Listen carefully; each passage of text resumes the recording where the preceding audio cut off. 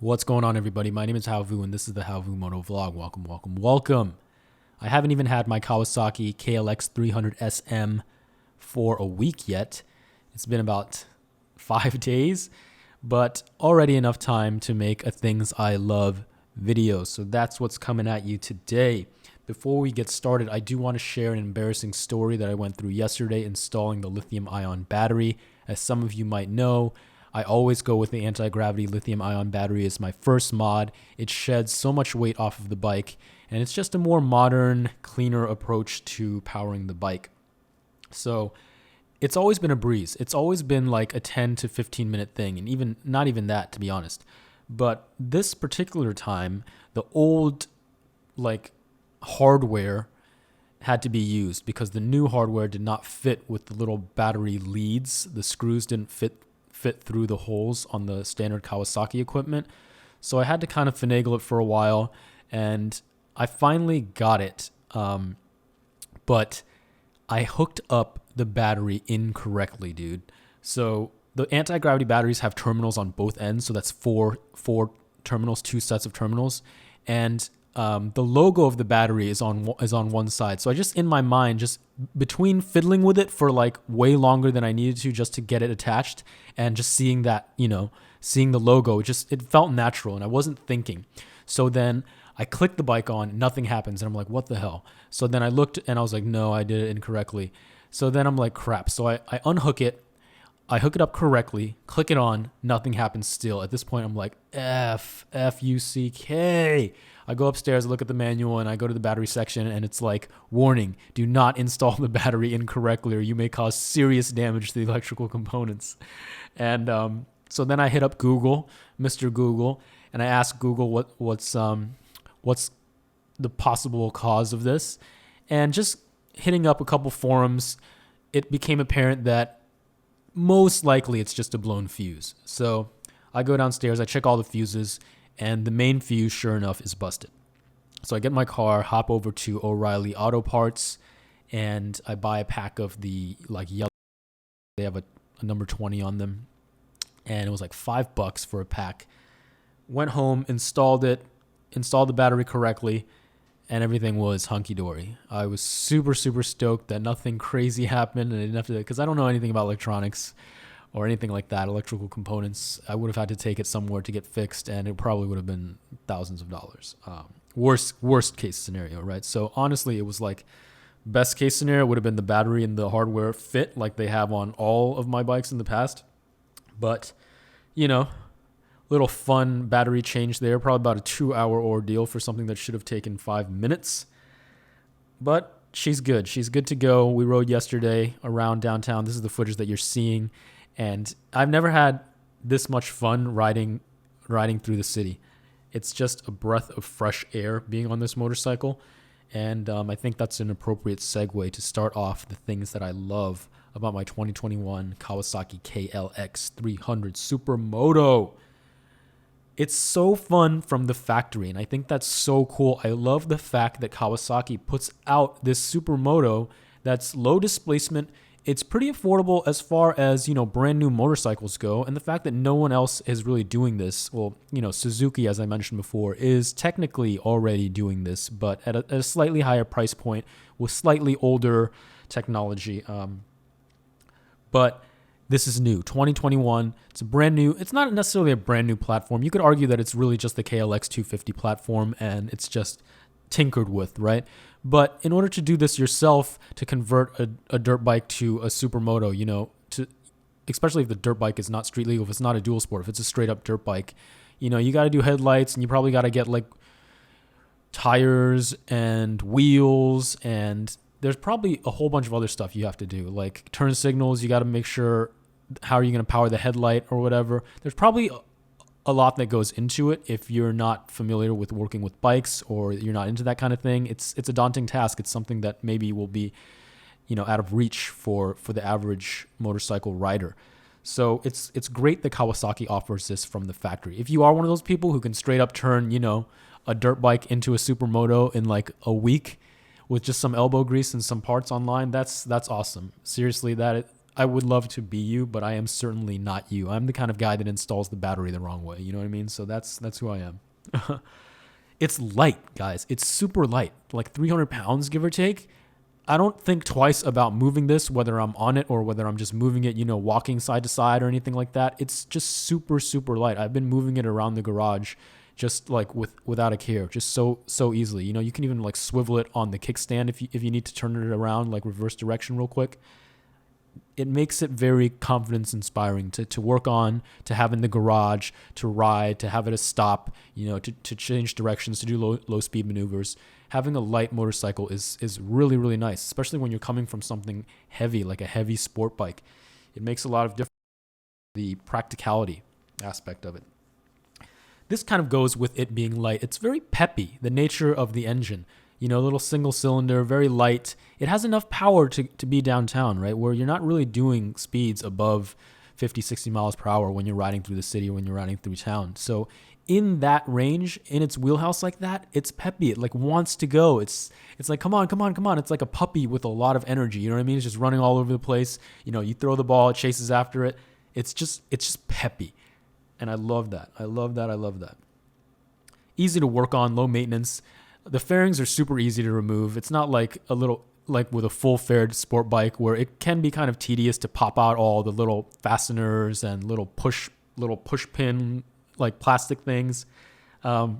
It's just easy. You just remove some bolts and then they come off, and there's not too much plastic on it, but you can just look at it and know, like, you can pretty much see everything that you would need to do.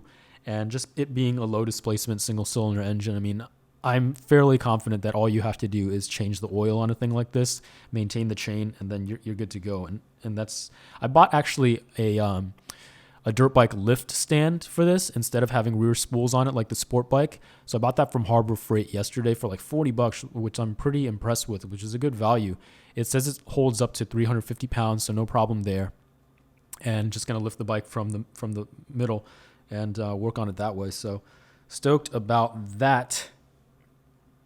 Also, I think if I remember correctly, if you convert like a real ass dirt bike to a supermoto, especially a high performance dirt bike, they tend to have really demanding maintenance intervals. I think like you have to change the oil every couple of hours or something like that. Like they measure it in hours riding, which I think can be kind of a pain.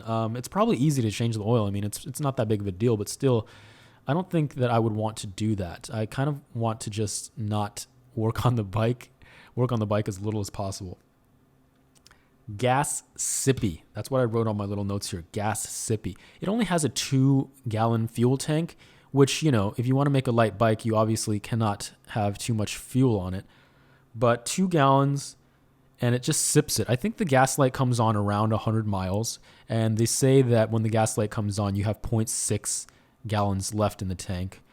So I would say maybe like 140, 150 range if you're not riding too hard. That's like a ballpark just estimate. Again, I haven't run any tests legitimately with the gas mileage, but that would be my ballpark estimate from like full to absolutely out of gas. About 140, 150, I would say, with a reasonable riding, reasonable hitting it hard, not too hard. It's very easy to ride. I spoke about this in the last video. It feels like a bicycle. The handlebars, and it's really high up, a really high bicycle, and it's really thin between your legs. But between that and the lightness and how easy the clutch is to manipulate, and the adequacy of the brakes, is adequacy a word? I hope you guys understand what I mean when I say that. But everything about it, it's just so easy to ride. And especially if you're coming from another platform, especially if you're not a beginner and you ride something like this and it's like, holy crap, like what have I been missing? Like I've been making this so much harder on myself. Not only have I been hunched over all the time and my balls are roasting because the undertail exhaust is just, cooking them, but this thing is quiet, it's comfortable, it's so easy to ride, it's so easy to turn around, it's so easy to do U-turns and just dip into corners and just like just without a care in the world. You can just get where you're going and super enjoy the ride on the way there.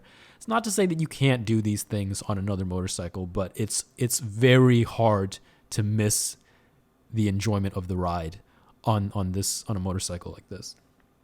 So I want to wrap this up kind of in that same vein. Being on this motorcycle in particular now, it's like I can really focus on just being relaxed and seeing what's around me and exploring and just having a smile on my face. And not so much with the sport bike. It's just like zoom, zoom, zoom. And you're just like, seeing how fast you can get to point A, from point A to point B, and seeing how loud it is, and, just moving through the world like at the blink of an eye, right? When it's speed is fun and good, especially if you're performance riding or you're at a track or something like that. The point is to go fast, right? And I totally get that. That's something that's lost on a small displacement bike, because the point of a small displacement bike is not to go fast. I think people get hung up a lot, like how fast can it go? How fast can it go on the highway? I mean, don't buy a bike like this if you want to go fast. It's just like so plain and simple, right? That's not like something that's so hard to understand. Just you don't buy a 300cc bike if you want to go fast. Don't, right? But if you buy a bike because you want to go fast, you better make sure that you want to go fast all the time and you really enjoy going fast. You really get your rocks off going fast.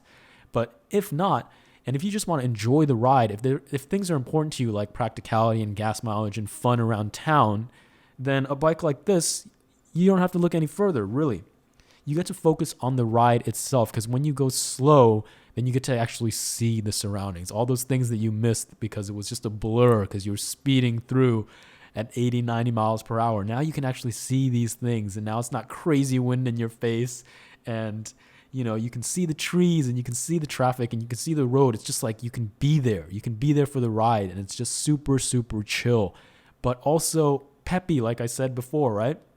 So it's always like a presence that I have now with this motorcycle, no matter what, because even if I'm opening the throttle all the way and she's just zooming up, it's still super manageable, and I'm not, flying off the seat. It's still fun enough. It's enough fun to get me around town, to cruise through downtown and in the canyons, right? So I'm loving it. I'm loving the 2020 Kawasaki KLX300 Supermoto. I'm so glad Kawasaki decided to offer something like this. And I think that, the dual sport / supermoto realm is something that I'm going to be interested in moving forward. Right now, I don't really have any desire to go off-road, but I definitely see how that would be fun. So, I mean, this whole dirt bike, supermoto, dual sport, I never paid any attention to it before. When I browsed for used motorcycles online, I would literally just scroll right past anything that looked even remotely close to a dirt bike, and I just had no idea, right? I had no idea what I was missing. But I might not be interested in a street bike anymore, just because I want something light now. Because there's something to a light bike, no matter how much power it is. Just that lightness, it feels different. It feels really good. It feels really minimalist, and it lets you focus on things other than, this cool, heavy sound and, balls to the wall speed. It lets you focus on everything other than that, really. So guys, those are the things that I love about my 2021 Kawasaki KLX300 Supermoto. Let me know what you think in the comments. Am I foolish? Am I an idiot for installing my battery backwards? Probably, but I still got on the road riding yesterday, so what up, playa? Anyways, guys, as always, I wish you happiness, I wish you health, I wish you unlimited joy on your motorcycling journey, wherever it may take you. I'll see you on the next one. Bye-bye.